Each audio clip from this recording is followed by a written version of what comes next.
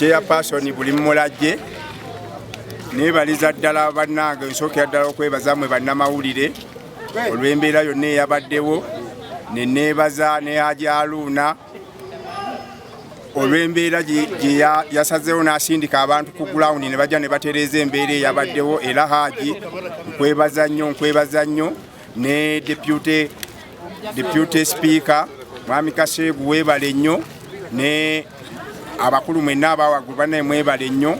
Nsuubiza abantu b'e Mulajje nti ngenda kubakolera era mubadde mumanyi nti ndi mukozi era kwe kunjirawo omubiri eggulu ebyo byonna bye mwalabye ku mawulire mbasuubiza nti ngenda kunyweza ebyo bye mbadde nkozeeko n'okwongerako ebirala lwa Katonda.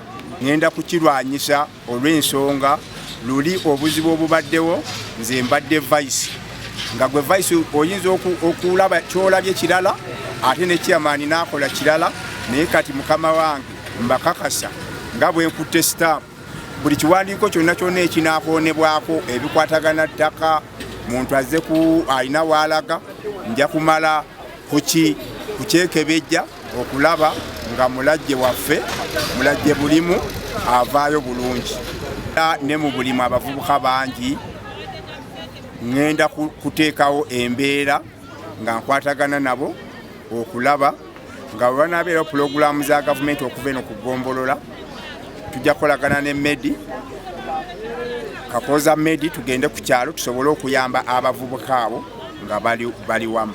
PDM luli abadde ajja obuzibu obubaddewo PDM abadde ajja ku kyalo kyaffe naye ng'akoma bulimu naye enteekateeka kati ezaakoleddwa ne tulonda omukulembeze kubanga omuwanika weewaffe bulimu.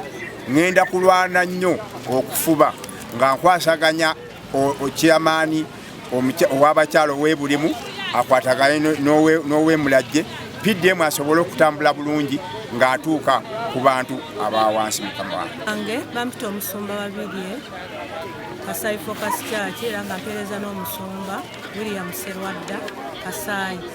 Njagala okusookera ddala okwebaza kw'amaanyi wabeerawo omukyalo w'amaanyi. Nzikiriza nga mu buli mbeera yonna tugenda kukolera wamu abakyala tujja kukola ebintu bingi nnyo. Pulogulaamu ezinajjanga ku Ggombolola tujja kufuba kulaba nga zituuka ku kitundu kyaffe Mulajje awamu ne bulimu kubanga kye kitundu kye tugenda okukulembera. Tweyanzizza era ne ku lunaku luli nga bwe mwayiyeewo omubiri ne ku lunaku olwo mutulabiranga ddala. Mbagaliza emirembe gya Katonda Mukama abatukuumire tukuume emirembe okutuuka ku lunaku luli tetuwalana ebyobululu bibaamu abantu bangi naye twebaza Katonda kubanga mwatulaze nga ffe ba best bamu. Mukama abatuweere nnyo omukisa. Bannamawulire tweyanziza nnyo mwebale okutubeererawo mwebale nammwe okutwagala Mukama agire ng'abongera amaanyi mweyongere okukola.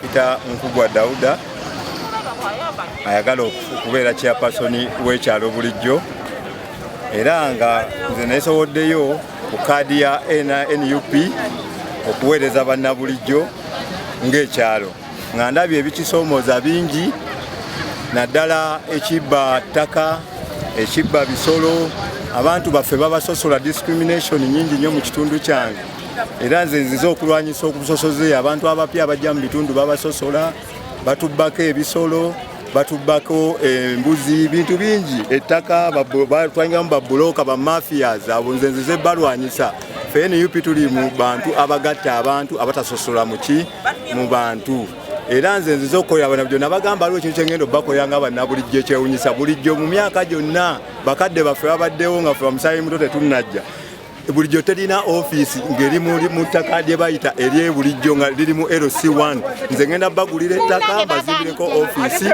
ey'ekyalo ekyo nabagamba mu buweereza obwange ngenda basiimirayo bowahouse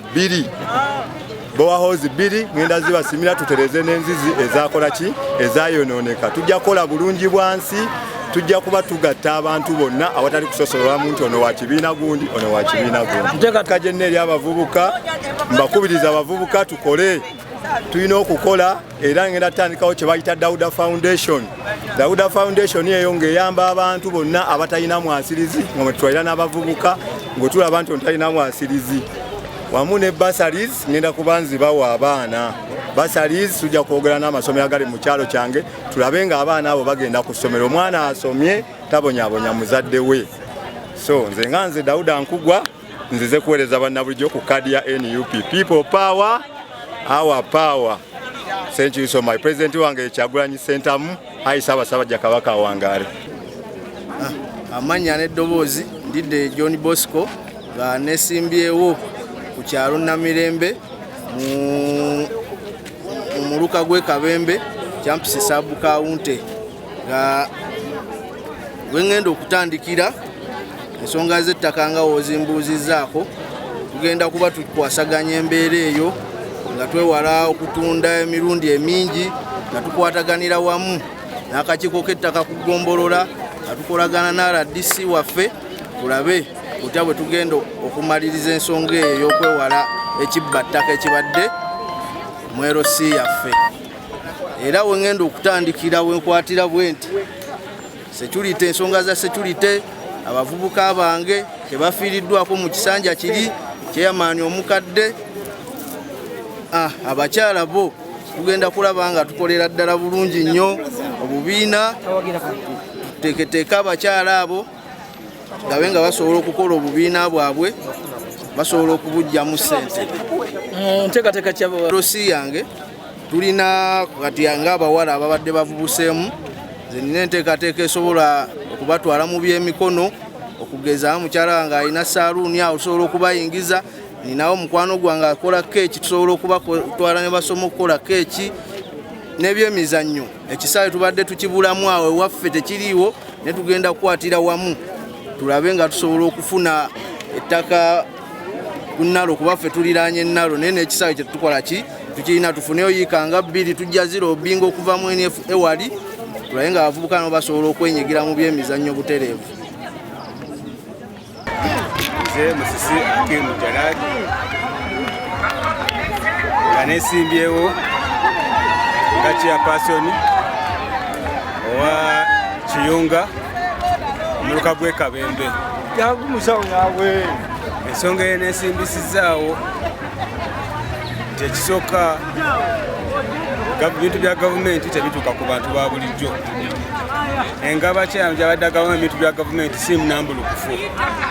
Abantu abasinga bawulira bulungi nti bafunye ti byabaddewa nga bamaze dde obigaba. N'ekirala zooni nnene eyagala omuntu okugisalamu nnene nnyo tosobola kusa abantu kubeera bantu abo. N'ekirala 10% tebadde mbi naye okugobaganya abantu ku ttaka si kirungi. Chairman okubutakolera mu mateeka nazo si kirungi kuba amateeka gatugamba okukozesa omusango bambe bamulina okubeera 5 ku kakiiko naye ennaku zino osanga chairman omu ng'awozesa omusango. Ate etteeka likugamba nti si chairman akakiiko baba temuweddeeyo londayo ku bataka omuntu omu alisi mumale okujjula abameka 5. Ekyo mu zooni yaffe kibadde tikiriimu. Kati nze nzize okutambuliza zooni yaffe ku mateeka enkiiko zituule abantu bafune obwenkanya batufune ebirowoozo by'abantu bagamba ki mu kitundu kyabwe.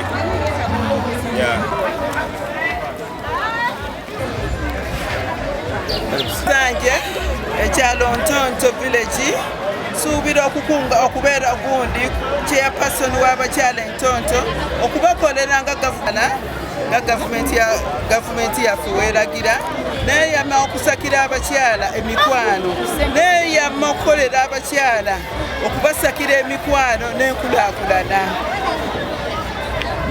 Mbadde era mbikola era ekyalo kyaffe kiteeredde entende kukunzizaako kubanga era mbadde olwedde nkikola. Tubabuulira nti omwana gw'osanze mu maka agugaba ga taata we tolina gy'okola ki olina omukumaakuma omutwale ng'omwana wo.